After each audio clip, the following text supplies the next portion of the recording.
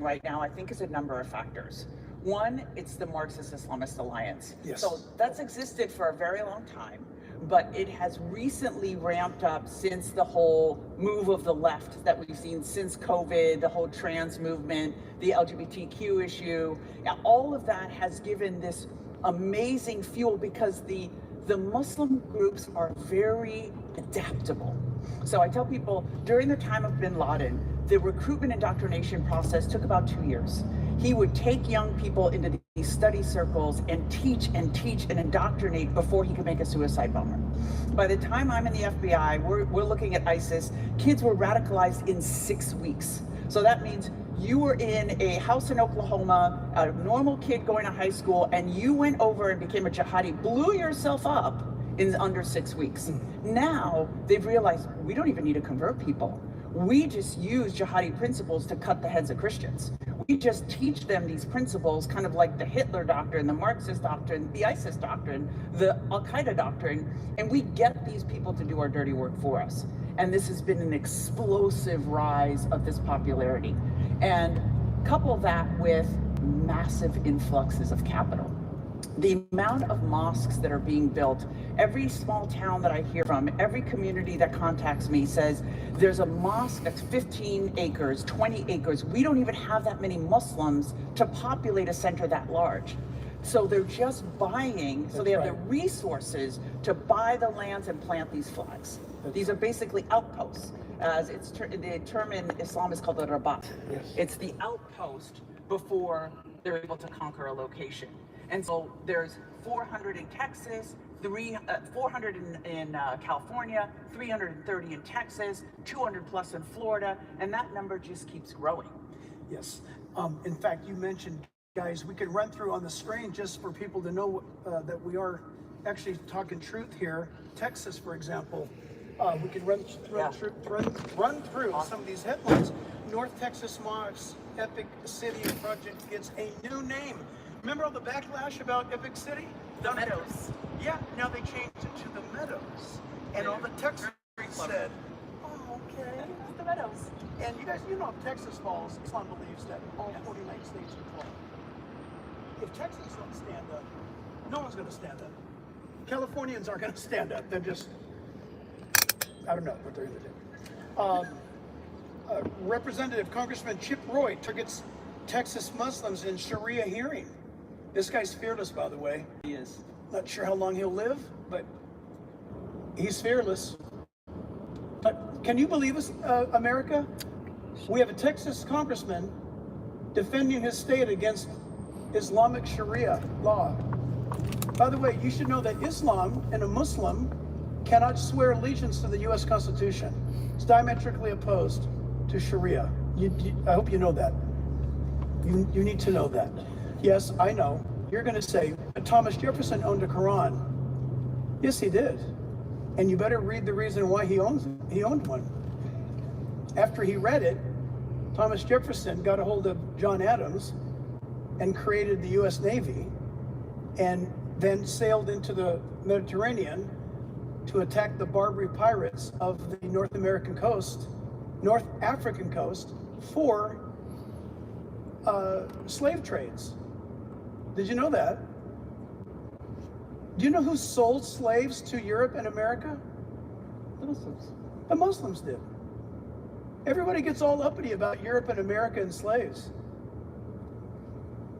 Be schooled now tonight to know. When somebody brings that up to you, ask them, where did America buy the slaves from? Where did Europe buy the slaves from? From the Barbary corsairs, from the Barbary pirates of Africa. That's where slaves come from, and they still come from that location today. Think of that for a moment. Texas GOP lawmaker claims Dallas malls feel like Pakistan, igniting backlash. Wow. Texas, again, the Meadows, Texas alert. Sorry. So let me, without any further ado, this is our Texas. We should also put on our radar, so we have not only these large Islamic complexes, but there is Kaufman County. There's 2,000 acres already owned by Kaufman Solar. The Dubai-based company Sea Holdings is buying another 2,000 acres. So that's a total of 4,000 plus acres in Kaufman City, just south of Dallas, to build what they're calling sustainable cities. So see how the terminology evolves? We go from Islamic center to converting you to Islam to just being, anti-government, anti-Christian, and now we're doing sustainable cities. Who's going to get upset with a sustainable city? Well, the ability to control all the water, all the electricity, all of the governance of a city that size creates a tremendous amount of power. And so a representative from Texas said, well, I want you to put in the deed, you cannot put a mosque or an Islamic center, because the community went nuts.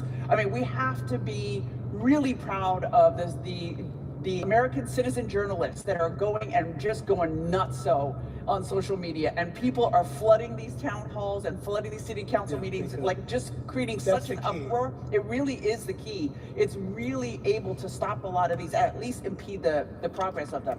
And so they went in there and created all the fuss, so they want to put in the deed there's no Islamic center, but that doesn't stop all of their other actions being able to do what Mamdani's doing.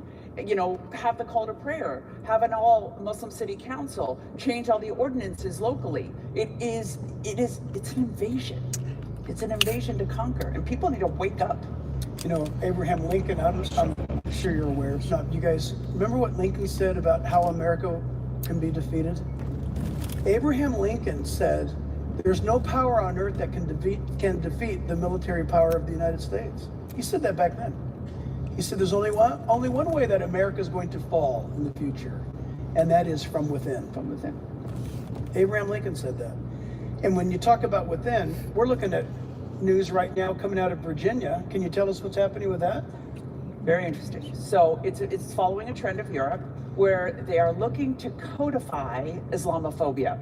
And it's a very serious problem because they're claiming it's only in the penal code for assault and battery. But what they're trying to do is a specific protected class for malicious prejudice against Islam or Muslims.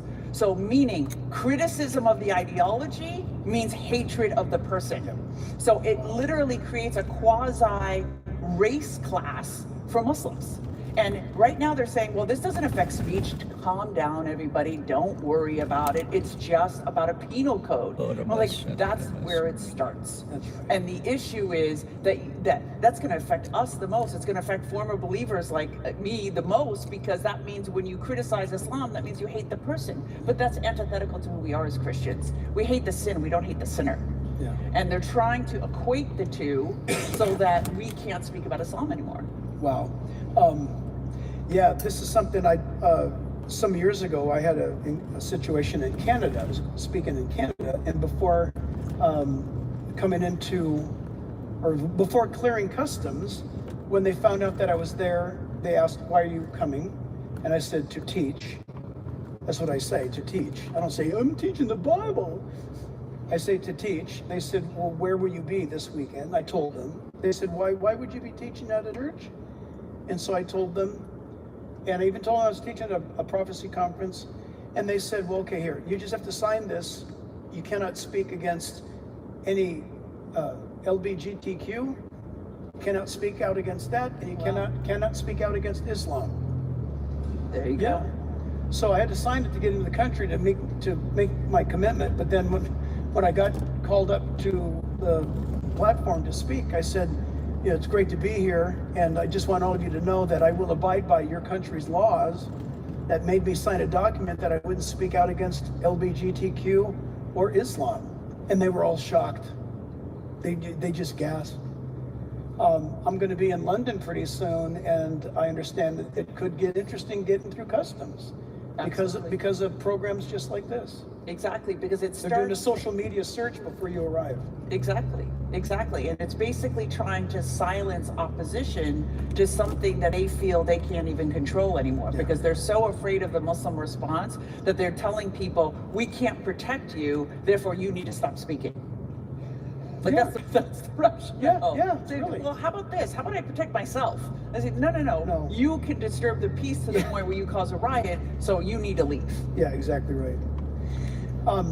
I could go on, but I don't want to take anything away from what you Oh, no, got please. burning on your heart. I know we want to talk about Iran. Care, just avoid care, right? Avoid care. Rare is great. Rare? Maybe Yeah. Beck, Yeah. but not care. Yeah, CARE, Council for America-Islamic Relations, stay away from it. It's on your university campuses, all of them. The Muslim Brother, what does the Muslim Brotherhood go by on campuses these days? Muslim MAS, Muslim American That's it. Society, MAS. and Muslim Student Association. Yes, yes. And it's offshoots, Al Talib at UCLA, and there's all these different. It's everywhere. things. It's everywhere. Do you guys care about this? You're really quiet tonight. I hope it's because you're learning.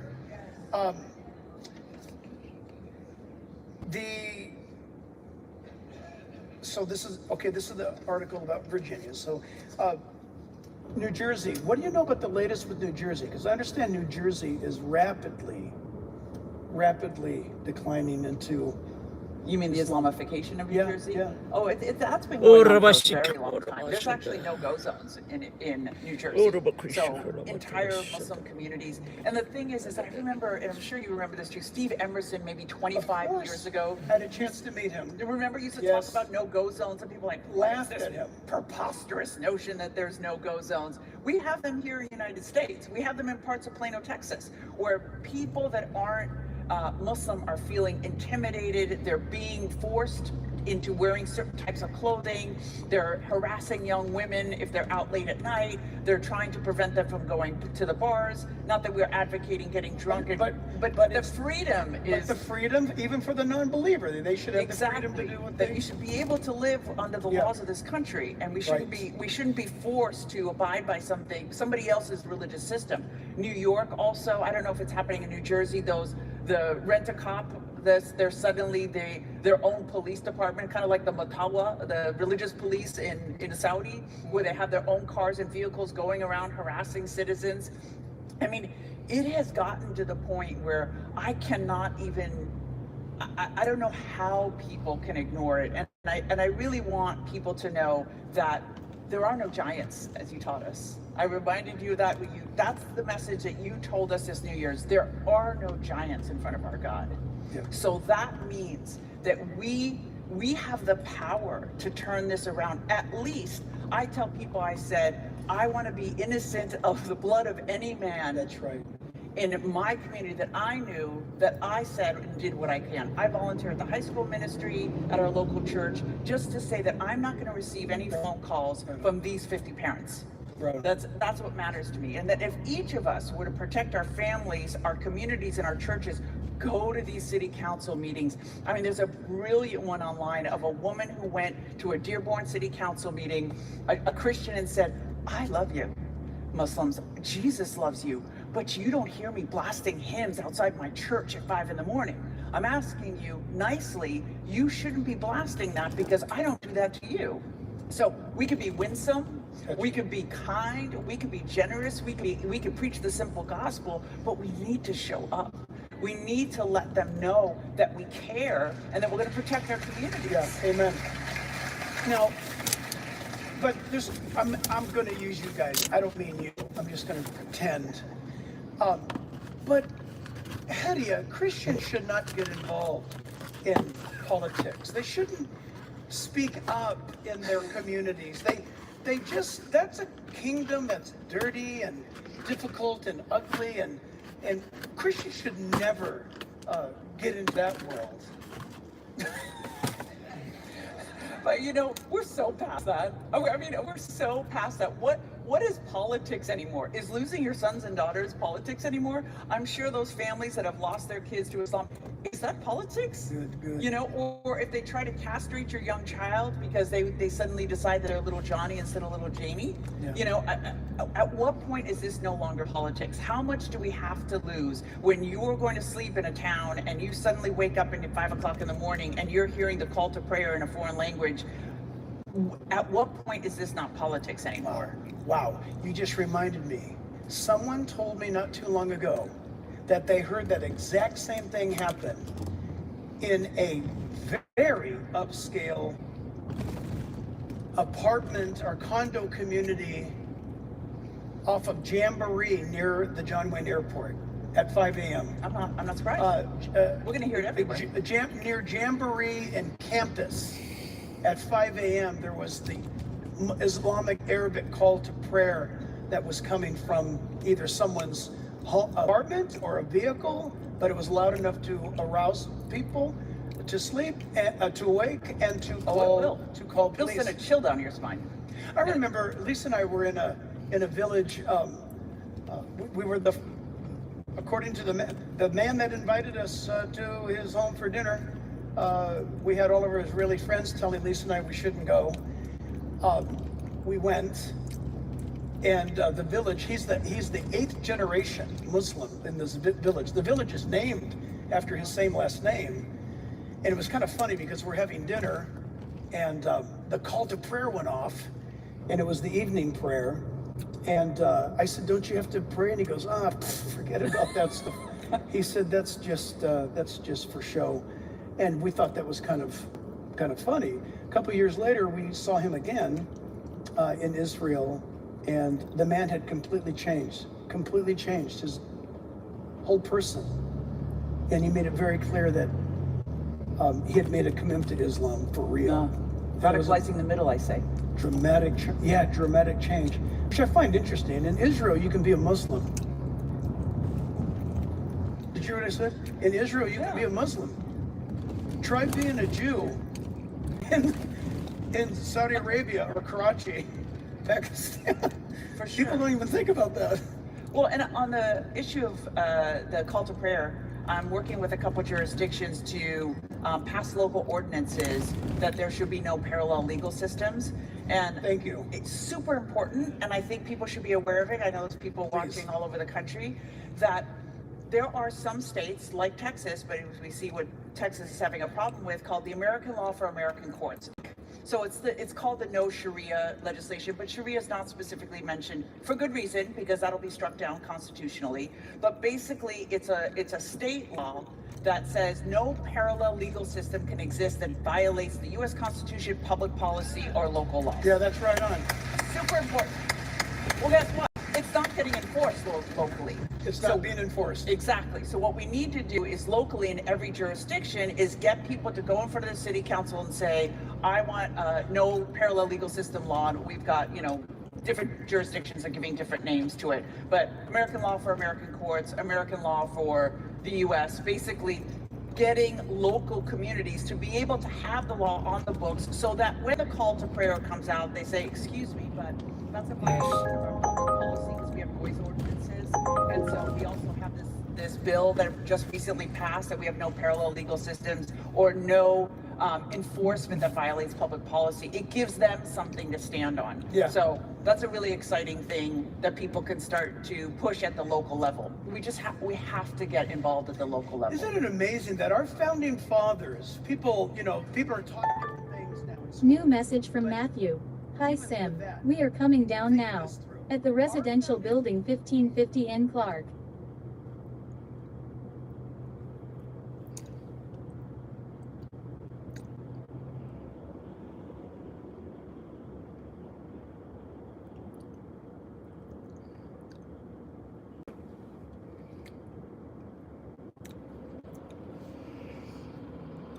That's it. I'm busy right now.